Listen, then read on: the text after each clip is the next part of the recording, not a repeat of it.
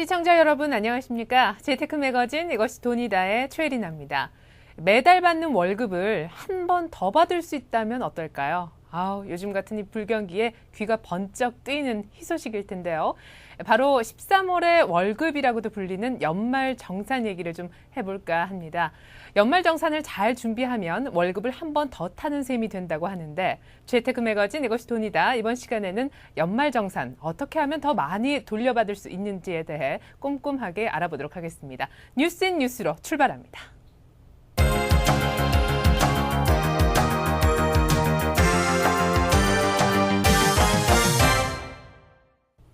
네, 2008년 연말정산 가이드 서울경제신문 문승권 기자와 함께 알아보도록 하겠습니다. 안녕하세요. 네, 안녕하십니까.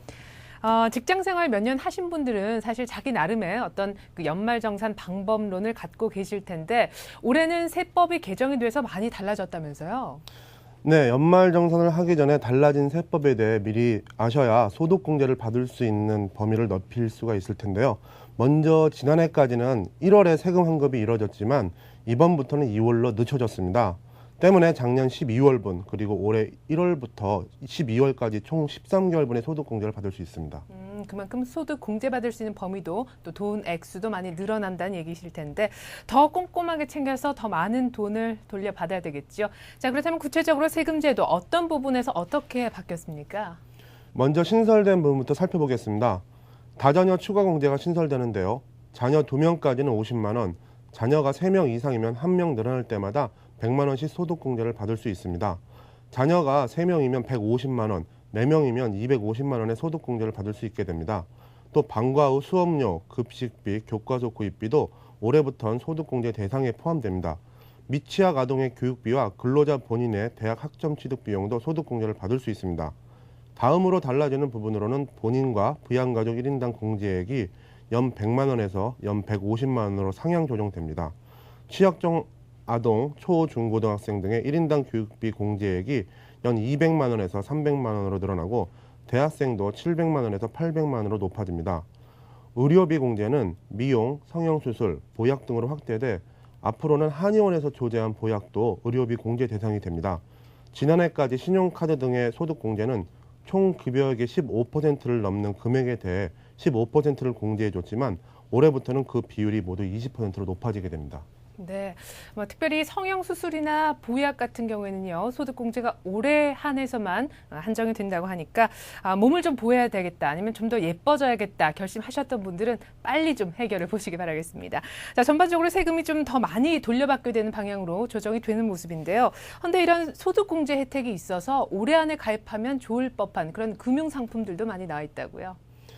네, 일반적으로 금융상품은 15.4%의 세금이 붙는 데 비해 비과세 세금 우대 금융상품은 낮은 세율이 적용되거나 세금이 아예 붙지 않기 때문에 잘 활용하면 실질 수익률을 1%포인트 이상 높일 수 있는데요. 네. 먼저 장마저축은 비과세와 소득공제를 한꺼번에 받을 수 있는 일석이조의 상품입니다.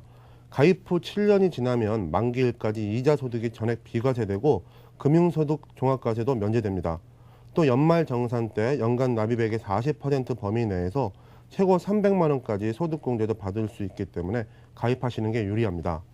생계형 저축은 노인이나 장애인 등을 대상으로 3천만 원 한도에서 이자 및 배당 소득이 비과세되는 상품인데요. 매년부터는 노인의 연령 조건이 남자 60세, 여자 55세에서 남녀 모두 60세로 변경되기 때문에 미리 가입하는 게 유리합니다. 마지막으로 세금 우대 종합저축은 1년 이상 저축할 경우 일반 과세율인 15.4% 대신 우대 과세율 9.5%를 적용함으로써 일반 과세에 비해 유리한 상품인데요.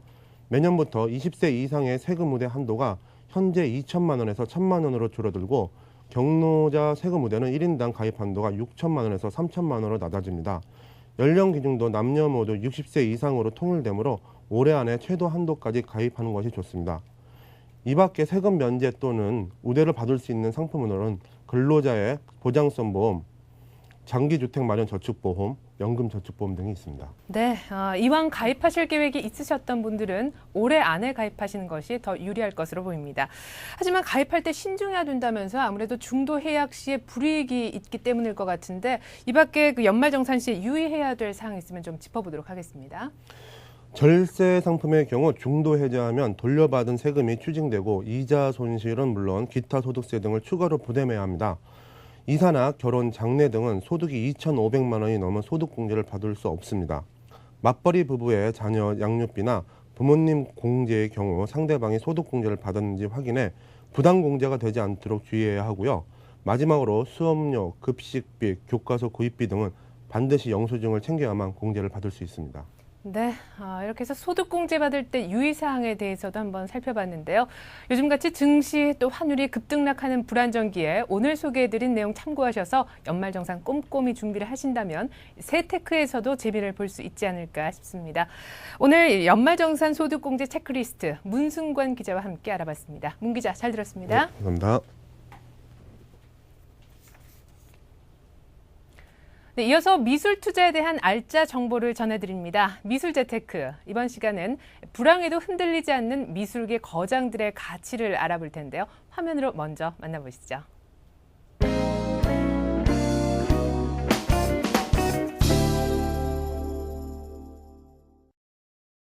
사람들은 경제가 어려울수록 모험보다는 안전한 방법을 찾기 마련인데요. 미술계에서도 마찬가지입니다.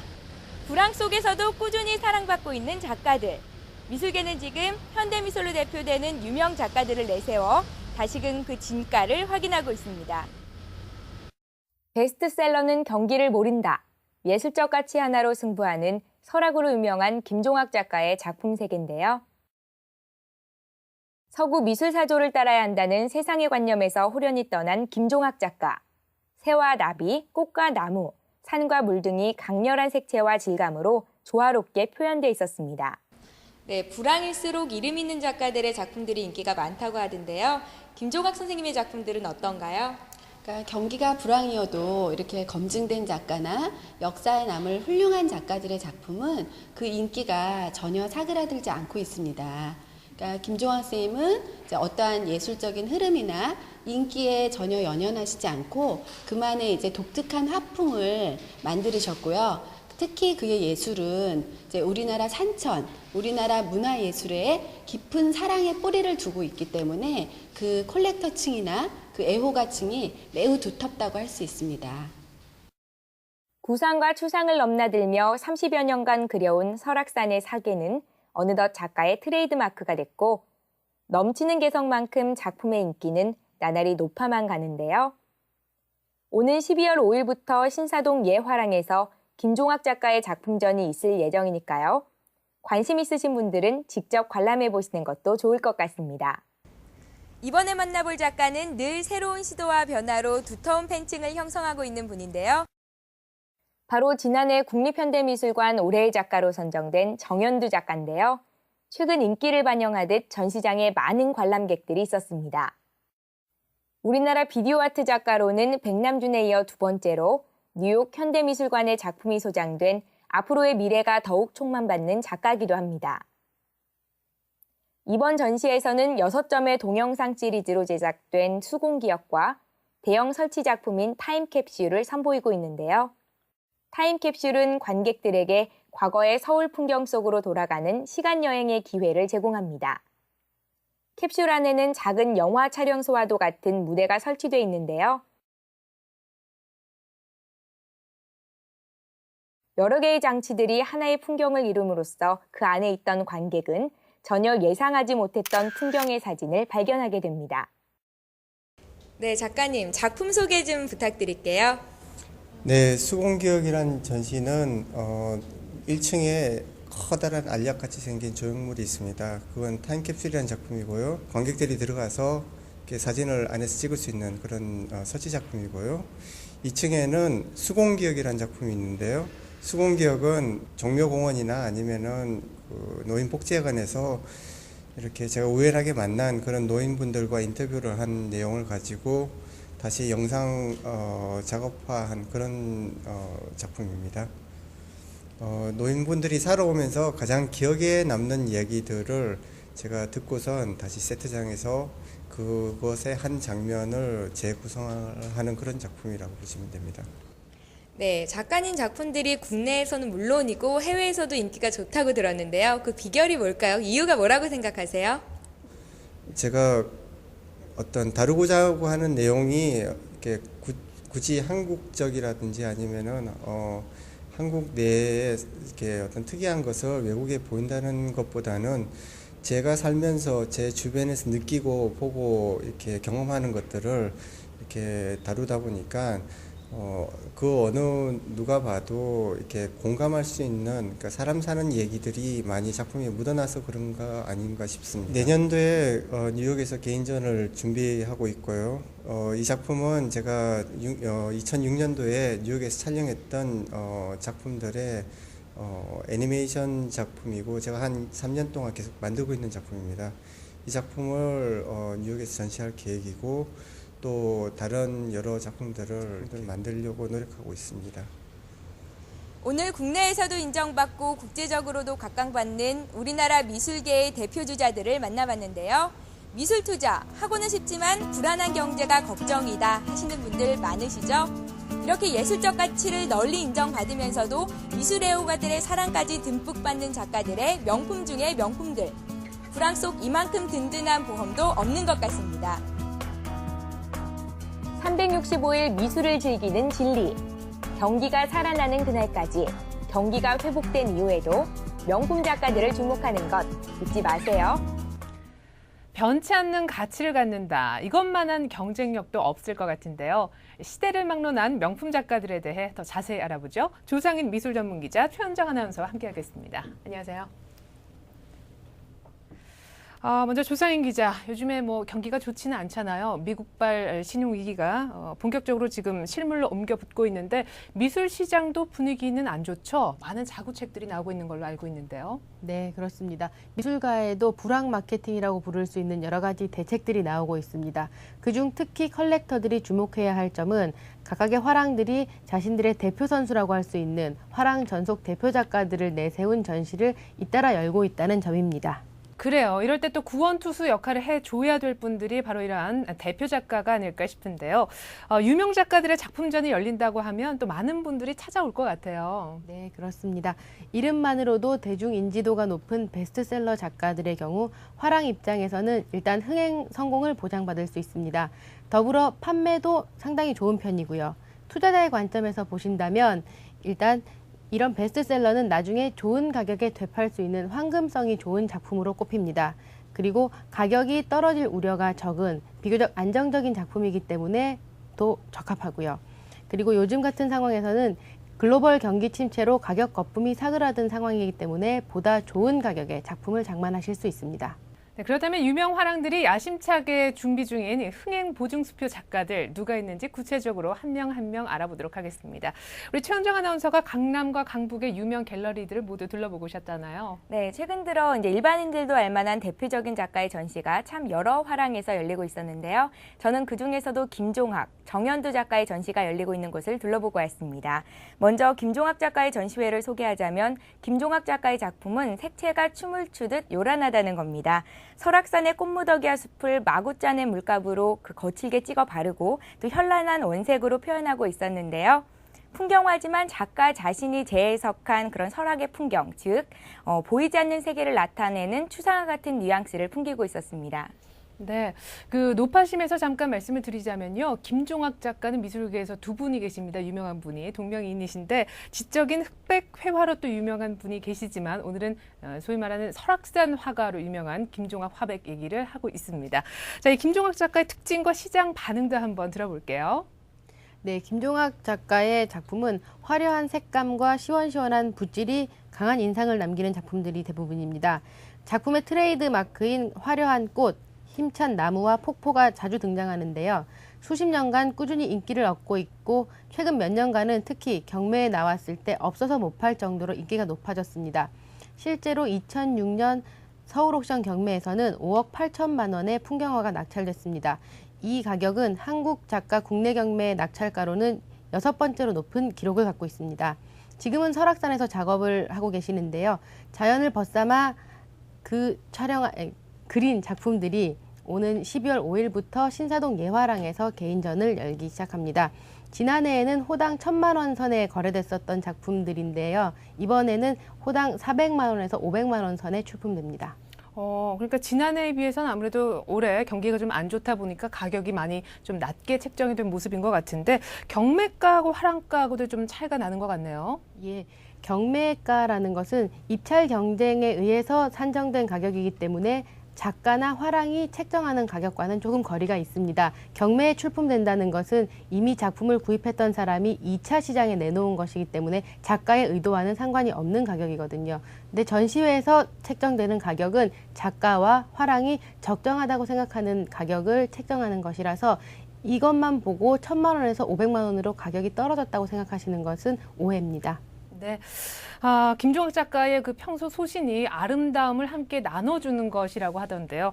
이 좋은 작품을 적은 부담으로 즐길 수 있는 좋은 기회가 아닌가 싶습니다. 자, 이렇게 해서 설악산 작가 김종학 화백 얘기를 해봤는데요. 이번에는 제주도에 묻혀서 작업을 많이 하셨다는 이활종 작가 얘기를 좀 해보죠. 예, 이활종 선생님은 전시 기간 대부분을 화랑에 나와 있을 정도로 관객과의 소통을 많이 중요시하는데요. 특히 인상적인 것은 도록을 구입하는 관람객에게 사인을 해주는 게 아니라 붓으로 직접 그림까지 그려주십니다. 관람객의 이미지를 담은 그림을 그려주면서 관람객에게는 좋은 인상을 남겨주는 동시에 탄탄한 지지 기반을 형성하는 것이기도 하죠. 인기의 근본은 아마 이런 배려가 아닌가 싶은데요. 작가는 마음씨만큼이나 푸근한 작품 세계를 보여주고 있습니다. 그림에는 만개한 꽃나무와 꼬리를 흔드는 개, 누워서 빈둥대는 사내와 바가지를 긋는 안악, 아담한 집이나 골프를 즐기는 사람들의 풍경, 물고기 같은 화사한 색감과 명랑한 이미지로 사랑받고 있습니다. 이활종 화백은 서울에서 교수직을 그만두고 제주로 내려가서 작업한 게 17년째인데요. 골프 치는 사람들로 표현한 인간의 희노애락이 최근 작품에 유난히 많이 등장하고 있습니다. 또 작품을 찬찬히 살펴보면 중간에 숨어있는 해학적인 춘화도 만날 수가 있습니다. 작가는 남녀의 사랑이 세상의 근원이라는 것을 표현하기 위해서 다소 익살맞은 그림들을 보여주는데요. 각기 다른 춘화를 그려서 18개의 골프공으로 꾸며서 전시를 하기도 했습니다. 이런 대형 회화뿐 아니라 조각과 소품, 부조 등 다양한 작품이 동양적인 운치와 명랑한 색감으로 꾸준히 사랑받고 있습니다. 경매에서는 백호 작품이 3억 원 이상에 낙찰되기도 했었는데요. 전시 기간에 판매된 작품들은 조금 낮은 가격에 선보였습니다. 그래요. 그 제주까지 내려가서 면면을 꼼꼼하게 담아내는 열정이 작가의 지속적인 찬사를 받게끔 하는 원인이 아닌가 싶은데요. 자연과 인간의 혼연일체를 담아내는 우리 이활종 작가가 좀 정겹고 쉬운 작가라면은 지금부터 소개해드릴 작가, 제가 보기에는 좀 어렵습니다. 제2의 백남준이다 하는 지금 별명을 얻고 있는데 정연두 작가 얘기를 또 해볼게요. 네, 영상 작업을 주로 선보이는 정연두 씨는 지난해 국립현대미술관이 주목할 만한 올해의 작가로 선정했었던 그런 화가입니다. 화가라고 하지만 미디어 아트를 선보이기 때문에 조금 어렵다고 여기실 수도 있는데요. 그래도 이 작가를 주목해야 되는 이유는 뉴욕 현대미술관, 즉 모마가 정연두 씨의 작품을 구입했다는 점입니다. 90분짜리 장편 무성 영상인 다큐멘터리 노스텔지아를 4만 달러에 지난 5월에 구입했습니다. 모마가 국내 작가의 작품을 구입한 경우는 작고하신 백남준 화백 이후 두 번째인데요. 이 때문에 정연두 작가에게는 제2의 백남준이라는 별명이 붙어 있습니다. 이번 전시에서도 정연두 씨는 여름 내내 탑골공원에서 촬영했던 노인들의 인생에 대해서 영상으로 보여줬는데요.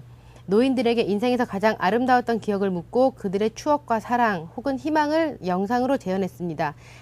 화면을 나란히 배치해서 한쪽은 노인의 생생한 인터뷰 모습이 펼쳐지고 다른 한쪽에는 그 노인의 아련한 꿈이 영상으로 펼쳐집니다. 제가 개인적으로 취재차 갔다가 작품을 봤는데요. 시간 가는 줄도 몰랐었고 눈물이 나는 줄도 모를 정도로 작품에 빠졌었습니다.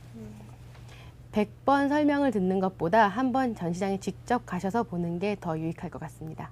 그래요. 저도 잠깐 이렇게 어떤 블로거가 퍼놓은 것을 잠깐 봤는데 어른들이 이렇게 이야기하시는 인터뷰 장면이 왼편에 있고 또 오른편에는 그 비디오 세트라고 해야 되나요? 그것이 그 영화 박하사탕에서 나오는 것처럼 철길 막 이렇게 나오더라고요. 참 아련한 옛 추억도 생각이 나고 하는데 말씀하셨던 것처럼 직접 가서 보시는 게 훨씬 나을 것 같습니다. 제가 인상을 받은 것이요. 아까 잠깐 보셨겠지만 타임캡슐 모양의 작품이었는데 직접 들어갈 수도 있는 모양이더라고요. 맞습니까? 네, 타임캡슐을 형상화한 것이 맞고요. 1층 전시관에 있는 추억을 만들어내는 추억을 찍어주는 그런 설치 작품입니다. 2,000원을 내고 들어가면 문이 열리는데요. 관람객들이 직접 들어가서 사진을 찍을 수 있는 그런 설치 작품이었습니다. 저도 직접 들어가 봤는데요. 사진 속 뒤로 보이는 그 하늘 배경과 제 앞에 놓여 있었던 꽃무더기들이 사진 속에서 진짜처럼 보여가지고요. 참 신기하다라는 느낌이 들었었고요. 또 단돈 2,000원으로 작가의 작품을 가져간다는 느낌이 들어서 그 느낌도 참 좋았습니다. 네, 일부 마니아들의 전유물로만 여겨졌던 미디어 아트가 이젠 대중 속으로 파고들고 있는 모습인데요. 이렇게 해서 정현두 작가, 앞서 김종학 작가, 이활종 작가까지 알아봤습니다. 그런데 이런 작가들의 작품들의 가치를 좀 제대로 알아볼 수 있는 쉬운 방법은 없을까요? 네. 이렇게 인기 있는 작가들인 만큼 최근 경매 기록이 풍성합니다. 경매 기록을 활용하실 것을 권하고 싶은데요. 내가 적당한 가격에 사는 것인지를 알고 싶다면 일단 경매 가격 중에서도 추정가를 주의 깊게 보셔야 합니다. 낙찰가는 경매에 경쟁이 붙어서 책정된 가격이기 때문에 추정가와는 조금 다를 수가 있는데, 추정가라는 것은 해당 작가의 이전 판매 기록을 말합니다. 일정 횟수 이상 일정한 가격대의 거래가 이루어진 것을 추정가로 경매 회사에서 상정하기 때문입니다. 또 이런 작가들은 대부분 전속 화랑이 있기 때문에 화랑을 믿고 상담해 보는 것도 좋은 전략일 수 있습니다. 그리고 경매로 구입하실 경우라면 당연한 얘기겠지만 과도한 입찰 경쟁은 주의해야 합니다. 한 가지 더 말씀드리자면 일부 작가의 경우 작품 구매 시 구입 조항에 몇 년 이내에는 경매에 내놓을 수 없다라는 조항이 덧붙기도 합니다. 작품이 경매 시장에 너무 많이 돌아서 가격이 하락하는 것을 방지하고자 하는 화랑의 예방책이기도 합니다. 작품을 사서 적어도 3년에서 5년 이상 간직하고 감상하는 것은 작품에 대한 기본 예의라는 의미도 포함되어 있습니다. 투자자 입장에서는 이 점이 좀 껄끄러울 수도 있을지 모르지만 오늘 소개해드린 작가들을 3년 이상 기다리신다면 가격은 훨씬 더 상승할 것입니다. 네. 미술 투자의 첫째는 언제나 그 작품의 예술적 가치에 투자를 한다는 자세라는 거 기억하시는 게 좋겠습니다. 네, 지금까지 불황 속에서도 변함없이 진가를 발휘하고 있는 명품 작가들의 세계에 대해서 함께 얘기 나눠봤습니다. 조상인 기자, 최현정 아나운서 두 분 말씀 잘 들었습니다.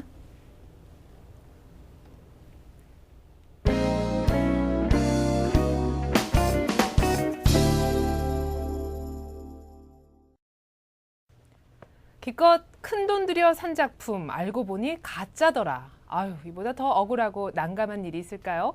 전문가와 함께하는 미술 재테크. 이번 시간엔 미술품의 진위 따져보고 적정한 가격 구분하는 법도 알아보도록 하겠습니다. 갤러리 눈의 박이찬국 대표님 나와주셨습니다. 안녕하세요. 안녕하세요. 최근까지도 고 박수근 화백의 빨래터 진위 논란이 계속되고 있고요. 여타 다른 유명 작가들의 경우에도 위작들이 추가적으로 발견이 되고 있는데요. 이런 위작들 현재 어느 정도 나오고 있고 이런 위작이 나오는 배경 어디에 있다고 보시는지요? 예, 그 위작이 등장하는 이유는요. 가격이 비싸면 비쌀수록 돈의 유혹이 크기 때문입니다. 그리고 유명한 작가의 작품 가격이 높은 그 작품일수록 더욱 위작에 대한 유혹이 심한데요. 현재 중국에서 수천 명의 위작 작가들이 활동을 하고 있고요. 국내보다 이제는 중국으로 많이 간 편인데요. 조선족 중에서 근대 조선회화 전문 위작 작가들이 있고요. 서양화 전문 위작 작가가 따로 있을 정도라고 합니다.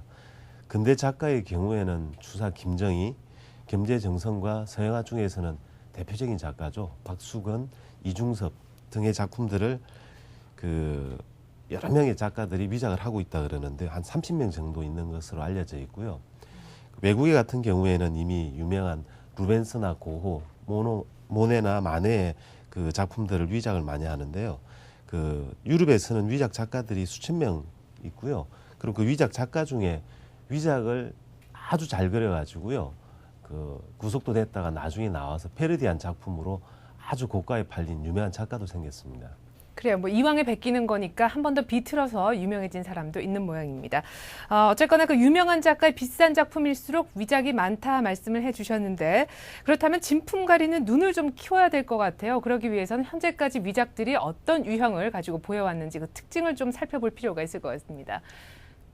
예, 위작이 많은 대표적인 한국 작가를 꼽는다면요. 추사 김정희, 그리고 겸재정선, 그리고 단원 김홍도가 있는데요. 일단 종이를 당시의 것을 구입한 뒤에요. 그리고 그 중요한 방법으로 필체를 흉내내는 방법입니다. 하지만 아무리 그 흉내를 내려고 해도 대가들의 버릇 그리고 이제 붙어치기 쪽으로 숙련된 기법 등은 똑같이 흉내 내기가 쉽지 않은데요. 그래서 어떤 사람은 작품에다 아예 그 대량으로 그 한재에다 인쇄를 한 경우가 있습니다. 그리고 표구를 하고 액자에 넣어버리면은요, 그 유리를 분리하지 않고서는 그 진품인지 구분하기가 힘든 게 문제였고요. 또한 일본에서 이제 개발된 방법인데요. 원본 작품의 종이를 얇게 두 장으로 나눠 가지고요. 그 두 개가 되는데요. 그렇게 하면은 그걸 네. 배접을 해서 그 만든 그 두 개의 작품이 생긴 경우도 있고요. 배접이라고 말하는 것은 그 종이에다가 그 종이를 펴 가지고요. 약한 풀을 입힌 뒤에 흰 종이나 비단에다 붙이는 것을 말합니다. 하지만 작품을 액자에다가 그 넣는 과정에서요. 실수로 한 점을 거꾸로 넣어 가지고 들통이 난 경우가 있습니다. 그렇군요. 참 방법이 참 교묘하다 싶기도 한데 그렇게까지 할 필요가 있나 하는 생각도 듭니다. 근데 그 진품을 살짝 변형시킨 작품, 그러니까 반은 진짜인데 반은 가짜, 이럴 경우에는 위작이라고 볼 수 있는 건가요? 예. 그 예를 들어 어떤 작가가 생전에 그 완성시키지 못한 작품을 그 나중에 그 다른 사람이 마무리해 가지고 사인을 넣은 경우도 있는데요. 네. 작가가 제자한테 시켜서 마무리했다고 그 집 변명을 댔다가 들통이 나기도 했고요. 그리고 제가 작품 감정을 의뢰받아가지고 부산에 갔던 적이 있는데요. 아주 재미난 작품을 봤습니다. 4호짜리 작품인데요. 그 4호짜리 크기에 그 아까 말했던 그 배접이라는 방법을 이용해가지고 뒤에다가 흰 종이나 비단을 대어서 아주 크게 10호나 20호를 늘린 작품들을 봤습니다. 근데 그 작품들은 그 여백을 많이 키워가지고 크게 한 건데요. 아무리 좋은 작품이라도 여백을 강제로 키우면 위작으로 판명이 납니다. 그리고 또 세로 작품이었는데요. 세로로 길쭉한 10호짜리 작품을 종이를 갖다 3배 크기를 더 대어가지고요. 가로를 만든 작품도 봤습니다. 그리고 그 작가의 그림을 더 떼어가지고 다른 사람이 그렸더라고요. 그런 경우도 전체가 위작으로 돼버립니다. 그리고 결론을 말씀드리면 작가가 처음 완성한 원상태, 원형을 그대로를 유지하고 있어야 진품입니다. 그러니까 작가의 그 오리지널 버전에다가 일체 손대지 말아라 하는 말씀으로 저는 이해를 했는데요. 방금 전에 뭐 설명 쭉 하시면서 10호, 뭐 30호 이런 크기 얘기를 좀 하셨어요. 10호가 구체적으로 세로 몇 센티미터인지 이참에 좀 설명을 부탁드리겠습니다. 예, 1호는 구체적으로 22cm 곱하기 16cm를 뜻하고요.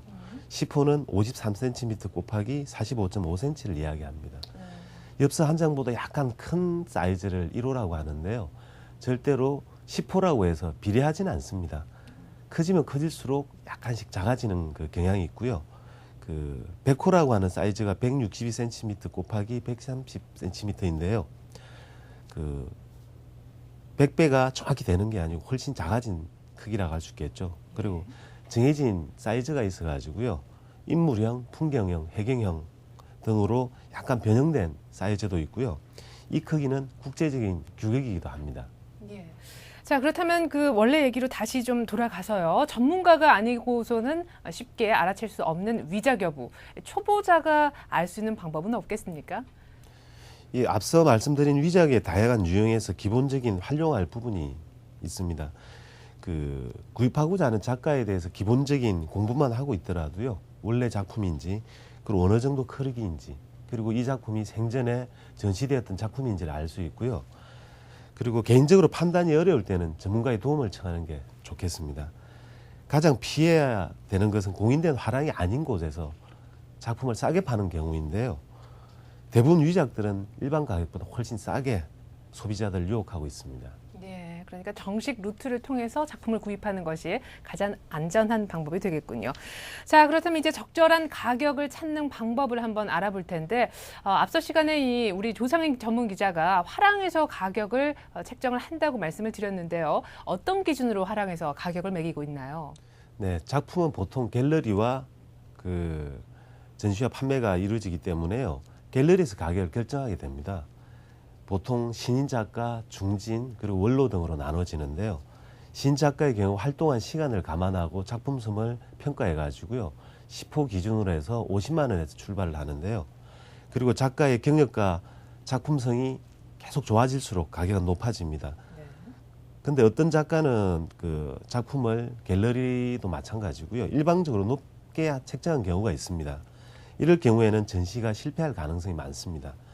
따라서 작품은 그 구입하는 콜렉터가 쉽게 구입을 할 수 있어야 되고요. 자본주의 원리처럼 공급과 수요가 맞아야 적정한 가격 형성이 되는 게 원리이기도 합니다. 그렇다면 경매에서 낙찰되는 가격은 좀 다른 기준으로 형성이 되겠군요. 네, 경매에서는 작품 가격을 공정가라고 하는데요. 그 공정가는 화랑에서 맨 처음 그 작품 가격을 정한 가격을 뜻하기도 하고요. 그리고 최초 감정가라고도 합니다. 옥션에서는 이 최초 감정가보다 낮은 가격으로 처음에 산출하고요. 그리고 높은 가격 두 가지를 제시합니다. 그 낮은 가격에 입찰하는 사람이 많을수록 가격이 올라가게 되어 있고요. 그 경쟁에서 높은 가격으로 낙찰이 되는데 그렇다고 해서 작품 가격이 모두 높은 건 아니고요. 작품마다 가격이 다른 게 세계적인 추세입니다. 그러니까 우리는 일본에서 예전에 많이 택했던 방법인데요. 호당 단가제를 갖다가 만들어 가지고요. 평가해서 작품을 평균화하고 있습니다.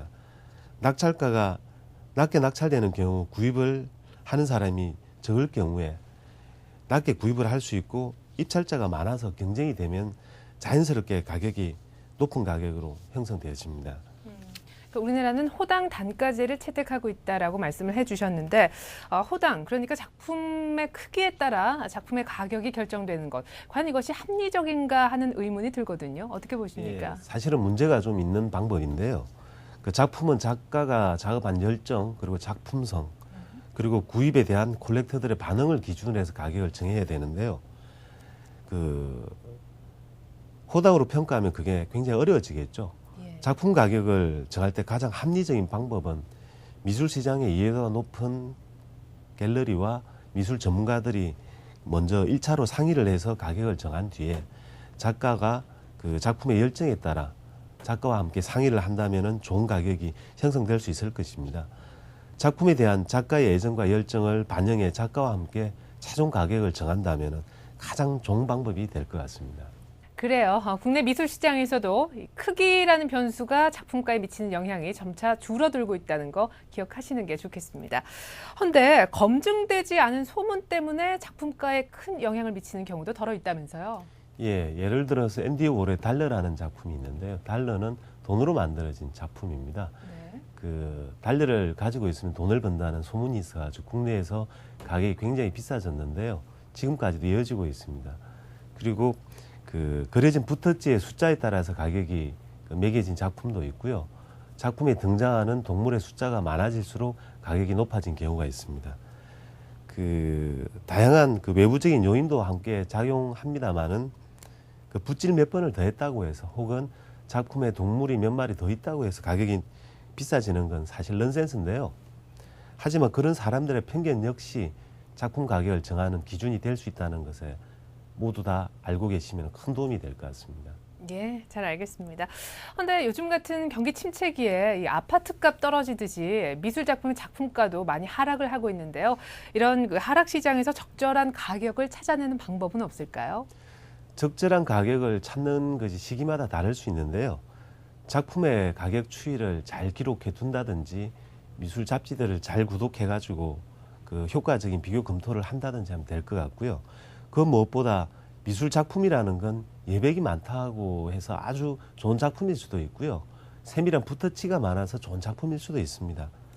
그래서 작가의 작품성을 눈여겨보는 자세도 함께 기르셔야만 좋은 투자가 될 것 같습니다. 그 미술 재테크 역시 미술의 아름다움을 먼저 고려하는 마음이 있을 때 진정 가치 있는 투자를 했다고 말할 수가 있겠죠. 오늘 도움 말씀 주신 박이창국 대표님과는 여기서 인사드리겠습니다. 대표님, 알찬 정보 감사합니다. 네, 다음 순서는 헬로 머니 코치, 여러분의 재무 상태를 점검하고 새로운 포트폴리오까지 짜드리는 시간입니다. 오늘 사연 신청한 분은 또 어떤 고민이 있는지 화면으로 확인을 해볼까요?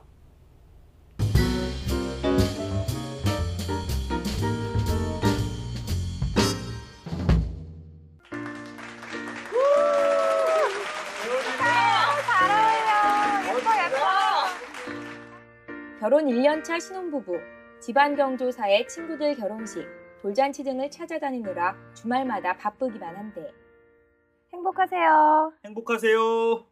여보, 근데 우리 이번 달 경조사비 얼마 쓴 줄 알아? 글쎄, 돈 관리는 당신이 하잖아. 자그마치 100만 원이나 썼어.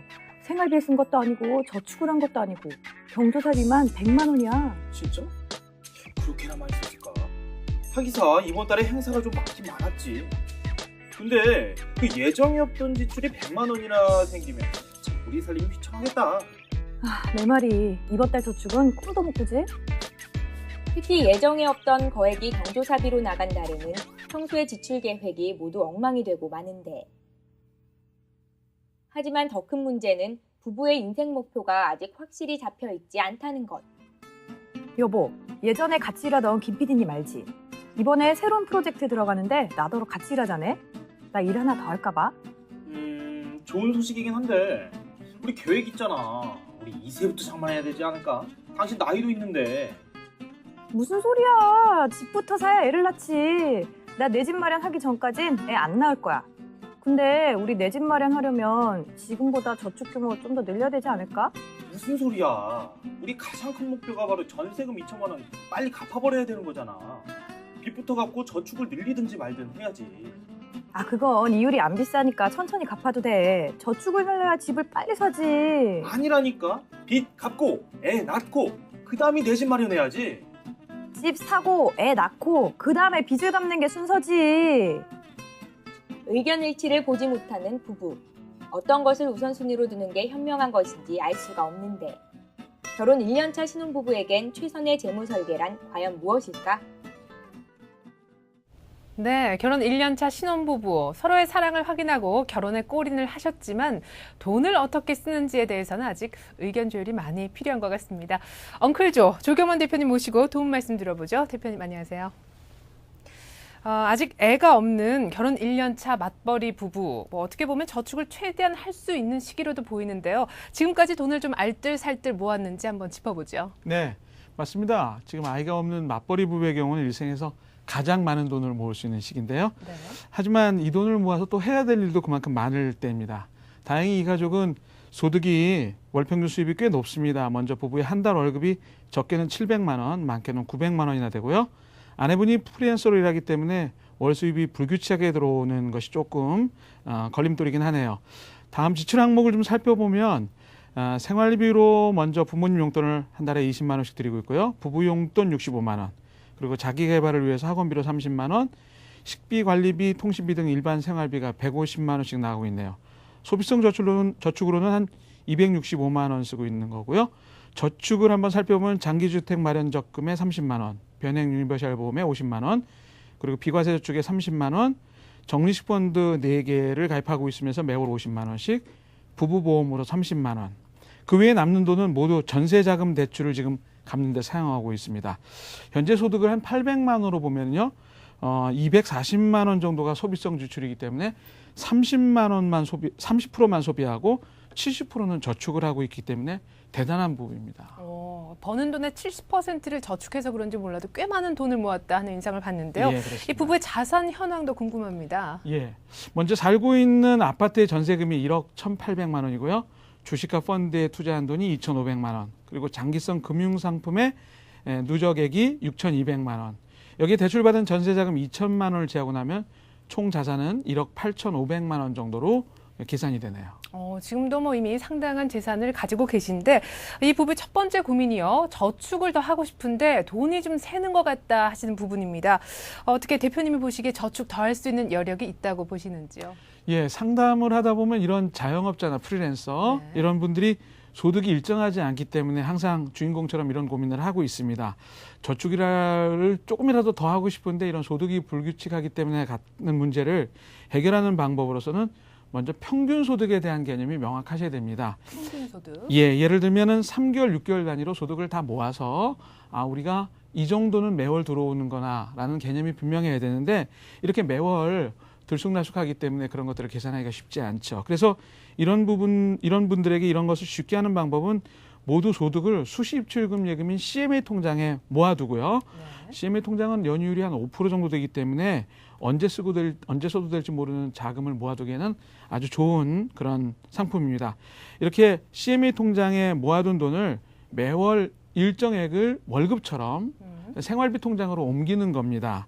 그래서 필요한 돈을 맞게 지출을 하시고요. 또 남는 돈이 있으면 그 남는 돈은 소득이 줄어든다든가 또는 갑자기 돈이 필요하게 될 때 사용하시게 되면 이모저모로 남는 돈을 활용할 수 있는 것, 그리고 또 매월 월급식으로 받기 때문에 정해진 굉장히 꽉 짜여진 그런 현금 흐름을 만들 수가 있죠.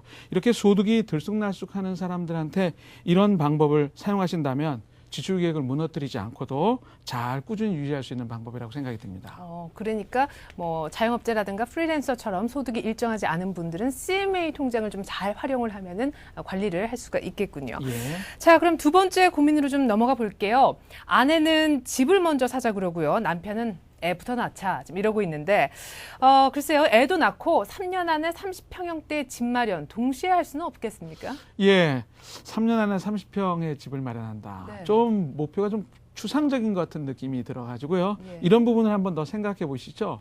어느 지역에, 왜 그곳에, 또 어떤 규모로, 어느 정도 가격에, 또 분양을 받을지 아니면 기존 주택을 그냥 매입할지 등을 구체적으로 좀 정하셔야 될 필요성이 있습니다. 이 과정에서 부부의 인생 계획이 자연스럽게 정리가 될 텐데요. 먼저 이런 의견들에 대한 합의가 이루어진 다음에 여유를 두고 주말마다 좀 돌아다니면서 집값도 알아보고 지역을 탐색하시는 노력이 좀 있어야 될 거라고 생각이 듭니다.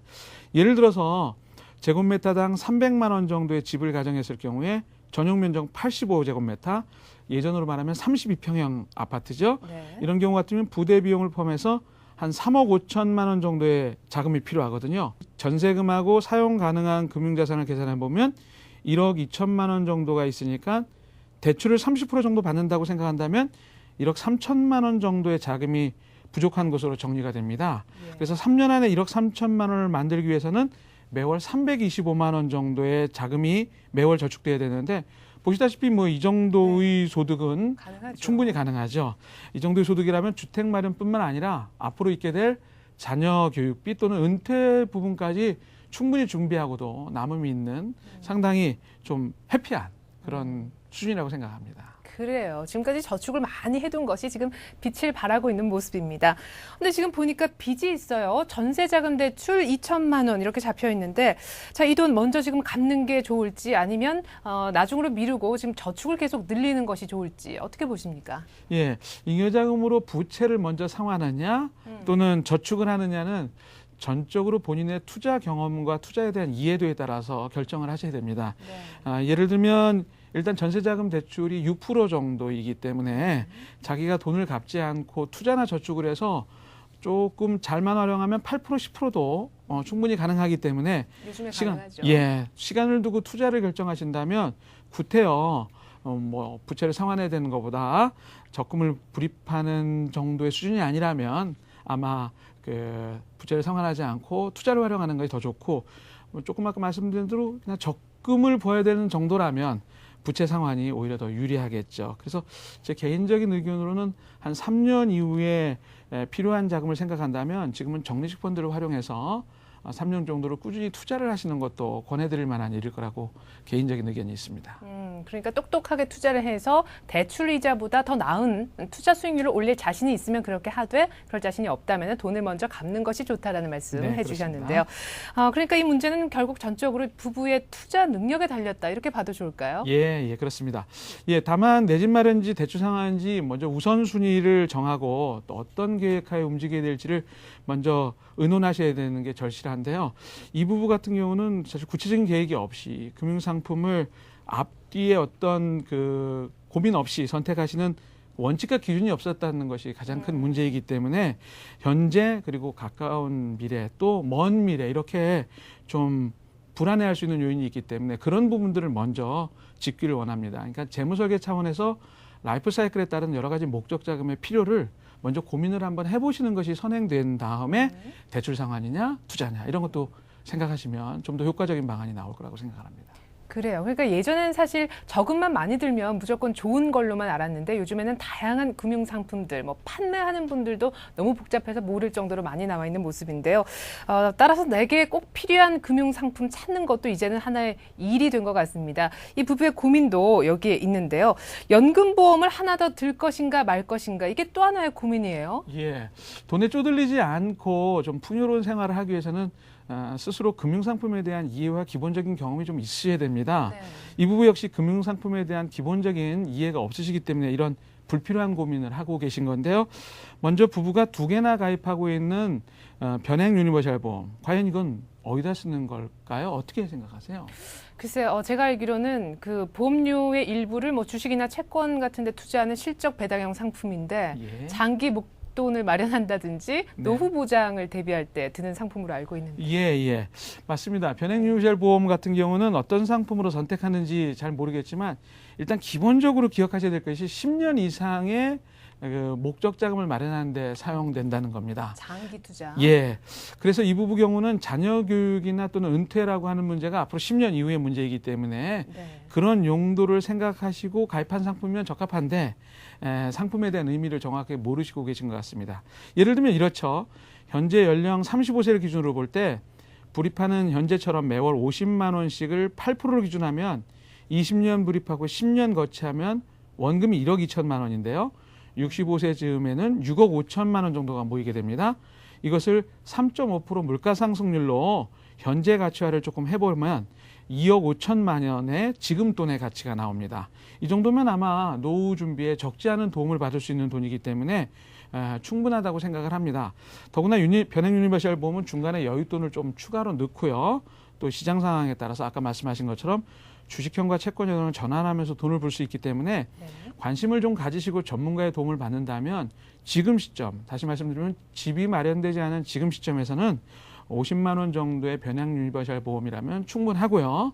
앞으로 조금 더 추가적으로 여러 가지 활용할 수 있는 기능들을 활용하신다면 충분히 가능할 것 같습니다. 단지 조금 그 세제 혜택을 좀 받으면서 소득공제나 연말정산 유리한 상품을 좀 활용하시고 싶다면 세제 혜택을 받을 수 있는 세제 적격 연금, 보험이나 펀드나 저축을 조금 활용하시면 더 의미가 좀 있을 거로 생각됩니다. 그렇군요. 이미 뭐 든든한 연금보험 2개나 가입이 돼 있는 상태니까요. 더 추가적으로 가입해야 될까 말아야 될까 이에 대한 고민은 더 안 하셔도 될 것 같습니다. 자, 마지막으로 이 부부의 재무 상황에 대한 전반적인 조언도 한번 들어보죠. 예, 현재 상황과 미래에 원하는 재무 목표를 비교할 때 가장 큰 문제는 대부분의 잉여 자금을 원하는 목표는 3년 후에 주택 마련인데 너무 장기성 상품에 많이 묶여 있다는 겁니다. 지금 가입한 상품을 좀 살펴보면 장마 적금은 7년 정도의 기간을 가져야 되고요. 변액보험도 10년, 그리고 비과세나 이런 저축도 대부분 5년, 10년 이상을 불입해야 되는 거기 때문에 본인이 생각하는 3년 이후에 주택을 마련하겠다고 하는 거는 기간에 일치가 좀 되지 않죠. 네네. 그래서 지금 갖고 있는 금융상품들을 조금 줄이거나 조금 조정을 하셔서 목적에 맞는 상품으로 다시 리모델링을 하신다면 현재 부부의 소득이 높고 지출은 적기 때문에 앞으로 어려움 없이 3년의 주택 마련을 포함한 미래에 여러 가지 필요한 자금들을 마련하신 데는 아무런 문제가 없을 것으로 저는 굉장히 긍정적인 평가를 하는 좋은 가정입니다. 네, 그 처음에 좀 혼란스러웠던 문제들이 이제 하나하나 정리가 돼 가는 기분인데요. 사연 신청한 부부 역시 대표님의 조언이 많은 도움이 됐길 바라겠습니다. 헬로 머니코치 오늘 여기서 마치겠습니다. 대표님 오늘도 시원한 답변 잘 들었습니다.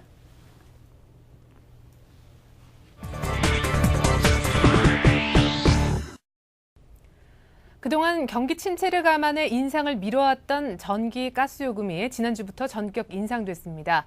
전기 요금은 평균 4.5%, 또 가스 요금은 평균 7.3%씩 올라 경제 한파 속에서 겨울을 나야 하는 우리 서민들의 부담이 더 커지게 됐는데요. 그나마 다행인 것은 가정용 전기 요금은 오르지 않았다는 사실입니다. 요즘처럼 어려운 시기엔 뭐든지 아껴 쓰고 또 고쳐 썼던 우리 어머니들의 절약 정신이 그 어떤 저명한 투자자의 전략보다 더 훌륭한 재테크 수단으로 느껴지는데요. 재테크 매거진 이것이 돈이다. 오늘 순서 여기까지입니다. 다음 시간에 뵙죠. 고맙습니다.